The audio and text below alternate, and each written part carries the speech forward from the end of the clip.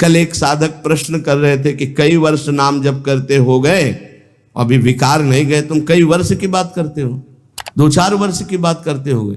जब तक भगवत प्राप्ति नहीं हो जाती तो ये विकार धीरे धीरे कम होते हुए चिंगारी रहते हैं, खत्म नहीं हो जाते। ध्यान रखना, ये हम पूरी बात अपने अनुभव की कह रहे हैं। ये चिंगारी रहते हैं, छोटे छोटे बिंदु, और अगर फूस मिल जाए तो चिंगारी को ज्वाला बनने में देर नहीं लगती। भ्रम में मत रहना, बिना भगवत साक्षात्कार के निर्विकार स्थिति नहीं होती। निर्विकारता दिखाई देती है पर रहते हैं विकार छोटे छोटे बिंदुओं में, और जहां उसको संयोग मिला तो सिंधु होने में देर नहीं लगती। इसलिए आजीवन सावधान। कोई ऐसा नहीं है जो मांगने में ना उतारू हो, सब मांग रहे हैं। अगर मांगना ही है तुमसे तो ऐसे से मांगो जहां से मांगना मिट जाए, वो केवल भगवान, केवल भगवान। सबकी आशा का त्याग करके आपके चरणों के दास हो गए और रात दिन आपका नाम जप कर रहे हैं, तो बिना प्रयास के कोई संसार समुद्र से पार हो जाएंगे, और कोई साधन करने की जरूरत नहीं। आस परिहरे, दूसरों से कोई आशा नहीं रखें। किससे क्या चाहोगे? ये क्या दे सकते हैं संसारी लोग? भगवान के सिवा अन्य से किसी मांगने से हमारा मंगतापन नहीं मिटेगा। पीछे एक दिन चर्चा में आया था कि यदि जांचना ही है तो जानकी नाथ से जांचो, जिससे जांचने के बाद जाचकता जर जाए, मांगना मिट जाए। पहला, विश्वास करो तुम्हारे ऊपर भगवान की विशेष कृपा है। दूसरा, हमें कभी किसी से मांगना नहीं, अगर मांगना है तो सिर्फ भगवान से। तीसरा, निरंतर हमें नाम जप करना है। ये बहुत बड़ी बात 3 है। भगवान पर दृढ़ विश्वास, अन्य किसी का आशा भरोसा नहीं, और निरंतर नाम जप। तो कह रहे बिनु श्रम तरई भवनाथ सो समराम।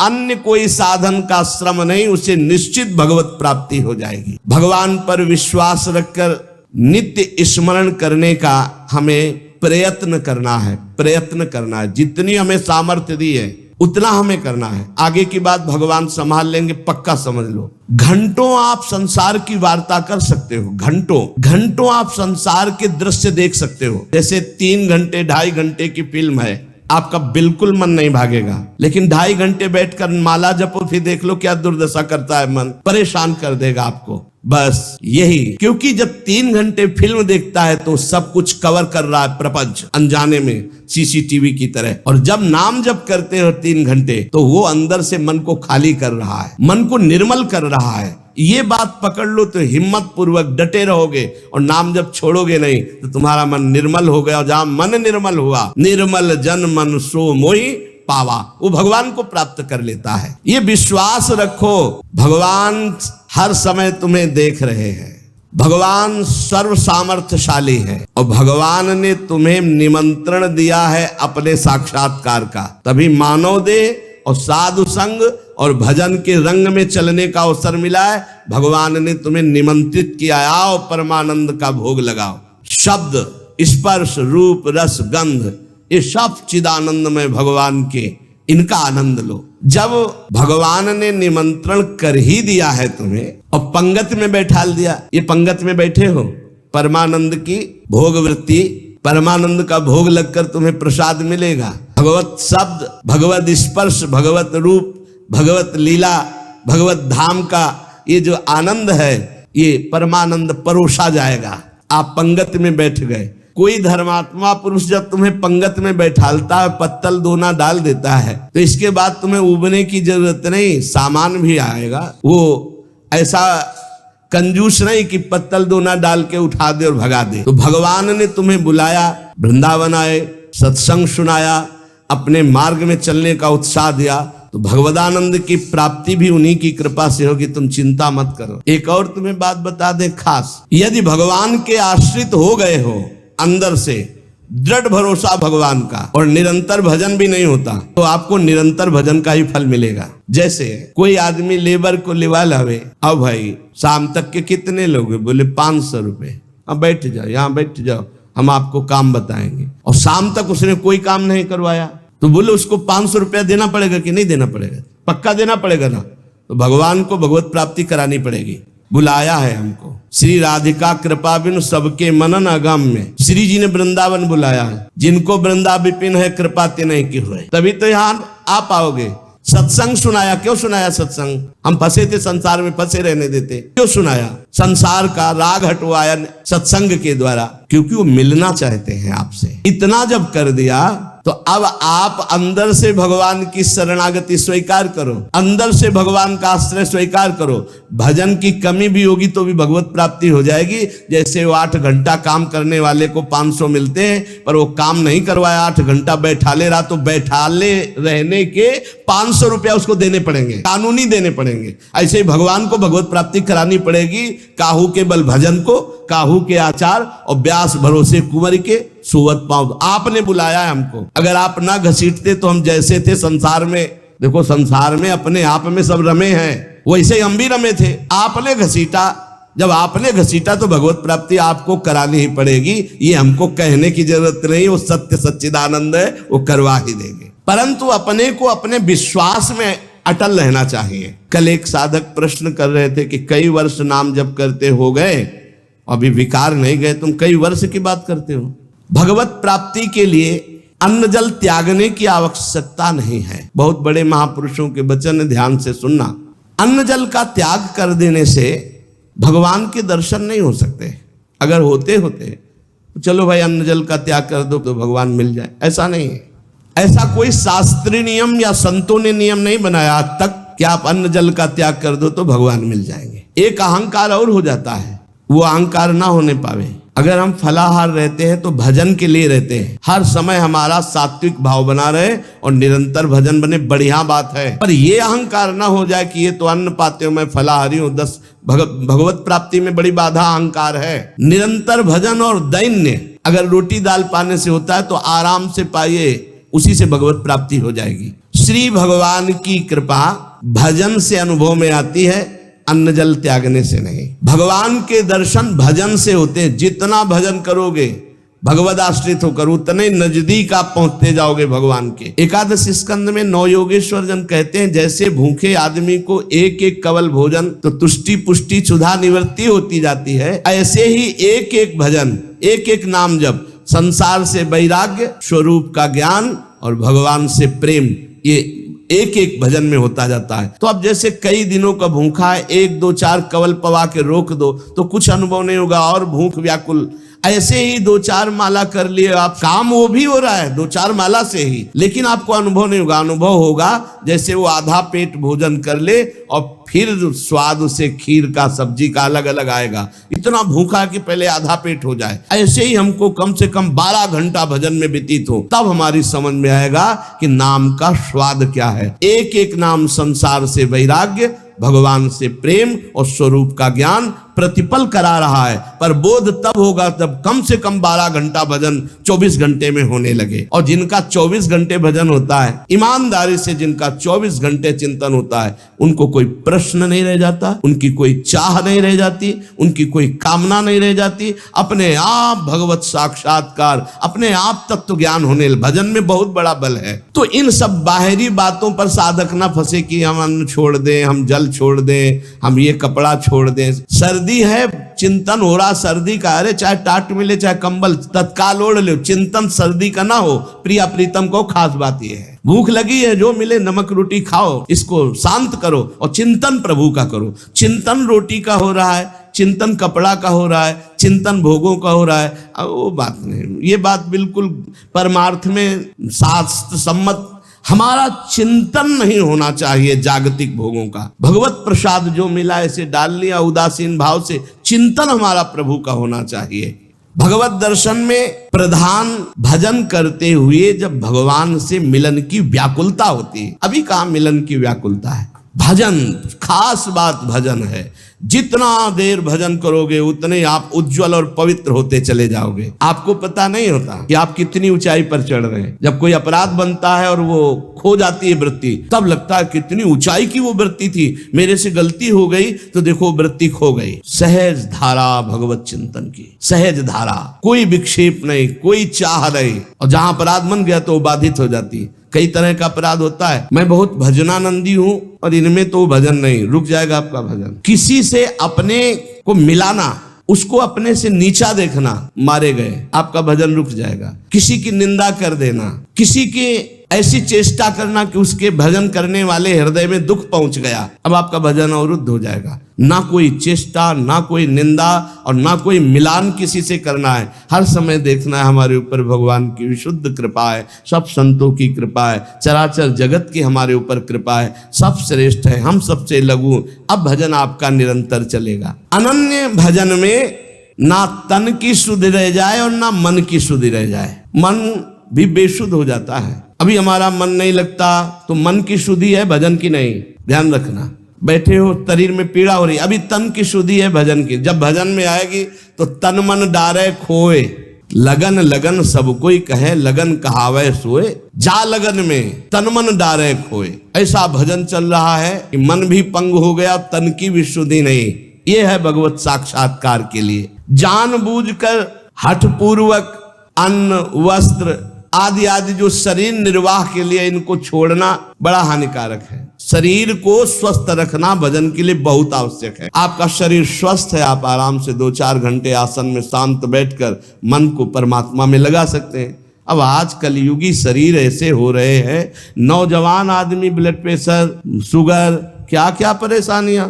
भजन कर लो, आगे और समय ऐसा आने वाला है भजन के लिए अवसर नहीं। जानबूझकर हठपूर्वक अगर आपको सुविधा सामग्री मिल रही शरीर रक्षा के लिए तो उनका त्याग ना करो। इसके त्याग से कुछ नहीं होता। अब शरीर ये सब अनुभव की बात है। शरीर उघार, सर्दी में शरीर कांप रहा है तो चिंतन तो जा रहा है ना सर्दी का। अरे जैसा भी टाट पट्टी कंबल जो भी मिले शरीर में डाल लो। अब चिंतन प्रिया प्रीतम को रहे, ये खास बात है। ये बहुत समय के बाद समझ में आती, नहीं तो अहंकार बना रहता है। स्वेटर कंबल के त्यागी हो, चिंतन सर्दी का हो रहा है, प्रिया प्रीतम का चिंतन करना है, परमात्मा का चिंतन कर। खास बात है चिंतन नहीं छूटना चाहिए तो तुम्हारा त्याग सार्थक, और अगर चिंतन छूट गया तो त्याग की, और चिंतन ही बदल जाता है। प्रभु का चिंतन न रहकर शरीर का चिंतन होने लगता है। इसीलिए प्रेमी जनों को आप देखिए, वो वैराग्य प्रधान नहीं अनुराग प्रधान होते, इसीलिए उनको पहचानना बड़ा कठिन। अखंड चिंतन निरंतर चले और जैसी स्थिति में शरीर को प्रभु रख रहे हैं वैसी स्थिति, शरीर से राग खत्म। आप निरंतर भजन करें, भगवान के दर्शन की भी मांग ना करें तो भी भगवान को दर्शन देना ही होगा, अपने आप देना होगा। आप पुकारें, आप भजन करें। भगवान दर्शन किसको कब और किस साधना से देते हैं आज तक कोई नियम नहीं है, कोई नियम नहीं। वो कहो अभी आपको दर्शन दे दे, उनके लिए क्या है। इसीलिए तो भगत मस्त हो जाता है जो भगवान की शुद्ध भक्ति करता है कि जब चाहेंगे करुणा निधान निहाल कर देंगे। प्रभु के लिए कोई नियम नहीं है। भगवान जब जहां जिसके ऊपर कृपा करे, बहुत भगवान कृपालु है और आज तक जिनको मिले हैं वो बहुत सरल सहज स्वभाव वालों को मिले। ये जितनी बुद्धि लगाने वाले लोग हैं इनको बहुत दौड़ना पड़ता है, और जो सहज सरल होते हैं भगवान उनको मिल जाते। भगवान जिनको मिलते हैं कैसे होते? सरल चित्त, संत सरल चित्त जगत हित, जान स्वभाव सने। बहुत सहज इनका स्वभाव, कोई छल कपट नहीं, चित्त में निरंतर भगवत स्मृति। भगवान मिले मिलाए हैं यार, भगवान अंदर ही बैठे हैं, वो सब देख रहे हैं। जब भगवान से चित्त जुड़ जाता है, निरंतर भगवत स्मृति होती है, तो भगवान बिना प्रार्थना के आके दर्शन दे जाते हैं। अर्थात उनके दिमाग में, उनके नेत्र में, उनके हृदय में श्री भगवान ही बसे रहते हैं। अपरिमित दयालु भगवान है, अपरिमित दयालु। उनका स्मरण करते हुए निश्चिंत हो जाओ, न दर्शन की चिंता करो न कल्याण की चिंता करो। वर्तमान में उनका स्मरण न छूटे, ये बात पकड़ लो। कोई चिंता मत करो, सब ठीक हो जाएगा। वर्तमान में भजन न छूटे। भगवान तुम्हारे जीवन में वही विधान करेंगे जिससे तुम्हारा मंगल होगा। कड़ुआ विधान भी हो सकता है पर विधान का फल बड़ा मंगल होगा। ऐसा निश्चय करके शांत हो जाओ, चिंता मत करो, भय मत करो। श्री भगवान की कृपा को देख देख कर तुम रुदन करोगे आनंद में। ऐसे वो कृपालु है। चित्त में विषाद आ जाना, चिंता आ जाना, भय आ जाना पाप कर्म का फल है। ध्यान करना, तुम्हारा चित्त विषाद युक्त हो रहा है, भयभीत हो रहे हो, चिंता है, तो कोई पाप कर्म आपने किया है। वर्तमान में भजन करने वाले को भूतकाल का पाप कर्म चिंता शोक भय नहीं दे सकता। पक्का विश्वास रखना। वर्तमान का पाप चिंता शोक भय देता है, इसलिए भगवान के चिंतन का ऐसा तारतम्य बनाओ कि कोई पाप संकल्प ही न बने, कोई पाप कर्म ही न हो, कोई वासना ही न हो। महापापाचार्य, पापाचरण करने वाला, बोले नहीं, महापापाचरण करने वाला और निर्वधि, कोई सीमा नहीं है कि कितना पाप कर, पाप में ही रहता है। असीम पाप करने वाला, निर्वधि असीम पाप करने वाला। महादुर्मति सते, सैकड़ों प्रकार की दुर्मति है, दुर्मति कुमति, जो नाना प्रकार के असत आचरण कराती है, ये सबके अंदर रहती है दुर्मति। किसी को भजन सत्संग के प्रभाव से बहुत कम मात्रा में असर में आती है, और जिनको सत्संग नहीं मिला, भजन नहीं हो रहा, तो दुर्मति का ही राज्य रहता है, वो समझ नहीं पाते। सुमति तो किसी किसी के हृदय में जागृत होती है। महापापाचारी है और सैकड़ों प्रकार की दुर्मति के द्वारा असत कार्य करने वाला है। और महाकाम क्रोधाद्यति परवसे दंभ वपुसी, गजब कर दिया। कामी नहीं, महाकामी है, क्रोधी है, इंद्रियों के परवश है और दंभ धारण करता है भक्ति का, नाटक करता है भक्ति का। ना सत्संग, सत्संग से भी मतलब नहीं रखता, सत्संग में भी नहीं जाता। महाधर्म विमुखे, धर्म से भी विमुख हो गया है। पर कहीं उसको ये बात समझ में आ जाए कि अब मेरा कल्याण तो सिर्फ भगवान के धाम में ही आश्रय लेने से होगा, और वृंदावन धाम का आश्रय आवास स्वीकार कर ले और अनन्य हो जाए वृंदावन का, तो ऐसे का भी परम पद पर आरूढ़ होना निश्चित है, निश्चित। ये बड़ी गजब की बात है। साधनहीन, पापाचारी, सैकड़ों प्रकार की दुर्मति वाला, महाकामी, क्रोधी, दंभी, पाखंडी है, सब दोष हैं। और उसने एक नियम ले लिया कि अब आजीवन वृंदावन वास करेंगे, अब हमसे कुछ होने वाला नहीं, तो निश्चित उसको सत्संग मिलेगा, निश्चित रजरानी की कृपा से उसका परिवर्तन होगा, और यहां शरीर छूटा तो परम पद को प्राप्त होगा। ये धाम की महिमा है, ये अमोघ है, धाम का प्रभाव अमोघ है, विश्वास कर लो। ये कलिकाल है, साधन बल से भगवत प्राप्ति होना बहुत कठिन है। श्री चरणों का आश्रय, धामादि का वास आश्रय, यही हमें भागवतिक माहौल में रखकर भजन प्रभाव से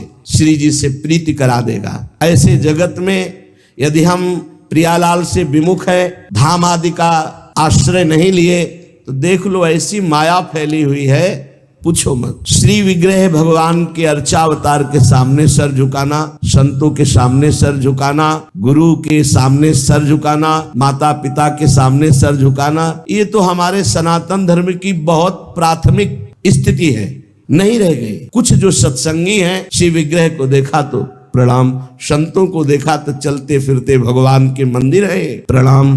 माता पिता प्रातः काल उठ के रघुनाथा, मात पिता गुरु नाम माथा। साधारण सनातन धर्म की रीति नहीं रह गई, फिर भक्ति रीति, फिर नियम निष्ठा, फिर अध्यात्म की ऊंचाई, तो बहुत दुर्लभ बात है। कैसा भी व्यक्ति क्यों न हो, अगर भगवत प्राप्ति करना चाहता है तो ना धामवास हो पावे तो एक दो दिन के लिए, महीना दो महीना में जरूर आ जाओ। इससे आपकी आध्यात्मिक पावर शक्ति बढ़ेगी, आपका उत्साह बढ़ेगा, आपको भगवत प्राप्ति की लालसा मिलेगी। श्रीपाद कह रहे, अत्यंतोद्धत धावदिंद्रिय गणो यह सर्वदा असत पथे, वे कस्मिन् निमिषे पिना स्मृत महानंदाब्धिराधा प्रियः, सद्धर्मैः सदुपासनैर्विरहितस् त्यक्तोऽखिलैः सद्गुणैर्, हा हा सोऽहम् नल्पमोह उपयाम्येकं तु वृंदावनम।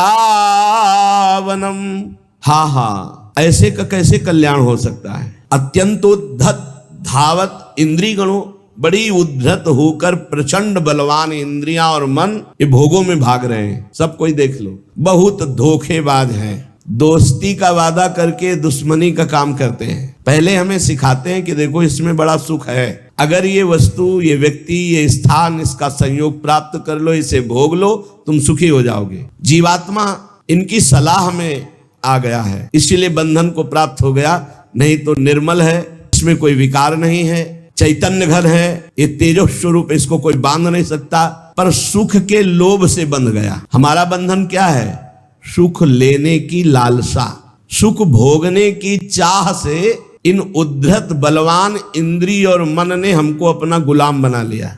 चाहे जितने विद्वान हो, चाहे जितने पढ़े लिखे हो, चाहे जितना सत्संग सुनो, चाहे जितना प्रवचन कर लो, अगर भजन नहीं है, आस बात समझ लेना, तो ये इंद्रियां मन बहुत प्यार से फंसाते हैं। हमें उस समय विवेक से काम लेना चाहिए कि ये भोग तो सारा जगत भोगता है, ऐ मन, ऐ इंद्री, अब नहीं, अब तो हम प्रभु के चरणों की प्राप्ति के लिए चल पड़े, अब असत क्रिया नहीं। वह उस समय विवेक काम नहीं करता, बुद्धि ये सलाह देने लगती, चलो कुछ 5 ही मिनट की तो बात है, फिर भजन कर लेना, यमुना स्नान कर लेना, अमुक पाठ कर लेंगे, पाप नष्ट हो। ऐसे साधकों को भ्रष्ट करते हैं। संसारियों को तो जो गिरे हुए हैं उनको क्या गिरना, लेकिन जो अच्छे हैं, चलना चाहते हैं, उनको भी अत्यंतोद्धत धावत इंद्री गणों या सर्वदा असत पथे।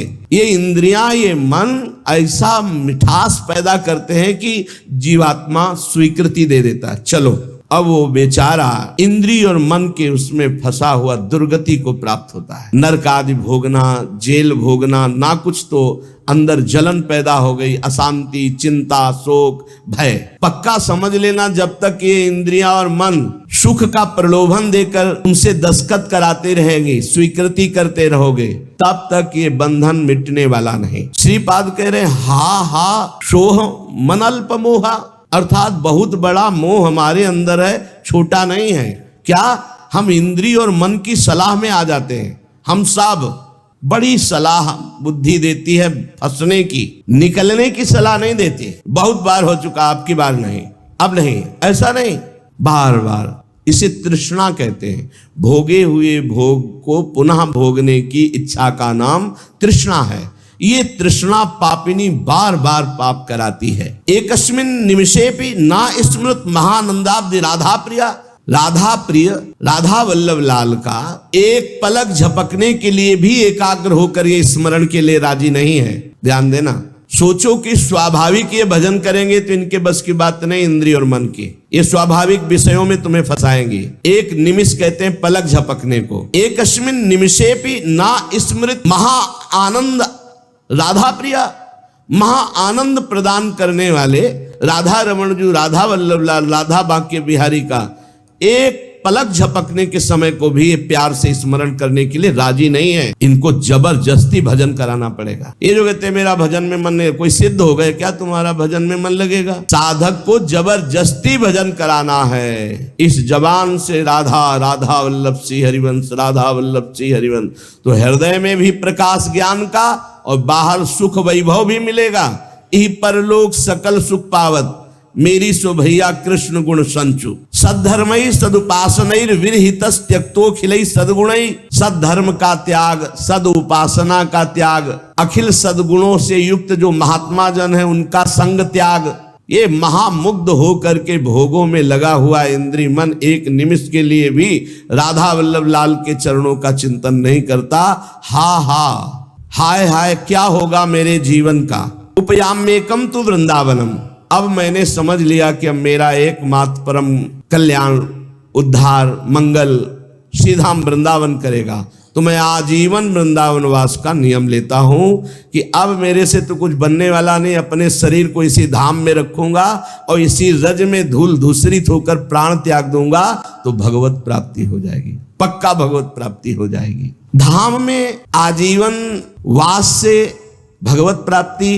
अब ये जो बीच की यात्रा है ये समझना होगा, नहीं कहीं भ्रम ना हो जाए कि हम धामवास करें और खूब मनमानी कुमार्गामी प्रवृत्तियों के आचरण करें। देखो ये धाम सुरक्षित है दैवी शक्तियों से। जैसे राष्ट्रपति भवन की विशेष सुरक्षा होती है, ऐसे जैसे पुरियां हैं, धाम है, तीर्थ स्थान है, विशेष सुरक्षित होते हैं। इनमें जो उद्दंडता करता है, पापी अपाचरण करता है, उनको विशेष दंड दिया जाता है, ध्यान रखना। तो ये जो कहा गया कि आप अखंड धाम वास करें आपको भगवत प्राप्ति होगी, तो अखंड धाम वास और भगवत प्राप्ति के बीच की यात्रा नहीं बताई गई। वो होगी सत्संग से, वो होगी रसिकों के संग से। ऐसा नहीं है कि आप धाम वास करो, खुला पापाचरण करो, आपको भगवत प्राप्ति हो जाएगी, ऐसा नहीं, ऐसा नहीं है। ये भ्रम में मत रहना। ये जो कहा जाता है तो धामवासी को सत्संग मिलता है और सत्संग से वो अपना सुधार करके निरंतर भजन परायण होकर भगवत प्राप्ति करता है। उपासक निरंतर भजन के लिए दृढ़ नियम लेना पड़ेगा। इसके लिए ये नहीं कि घर त्याग करके कहीं भाग कर जाने की जरूरत है। आश्रय धाम का लिए हैं, आप बहुत दूर वास कर रहे हैं और निरंतर भजन का नियम ले लिए कि हम अभ्यास कर रहे हैं। अंतर पड़ सकता है अभ्यासी को, वो कोई सिद्ध पुरुष नहीं है, पर नाम जप का पक्का वही धाम प्रकाशित हो जाएगा, वही प्रिया प्रीतम प्रकाशित हो जाएंगे। बहुत जोर की बात गोस्वामी जी कह रहे हैं। जो आप पर विश्वास करके, विश्वास करी सब आस परिहरी, दास तब जे होई रहे, जप नाम तव बिनु श्रम तरही भव, नाथ सो समराम है।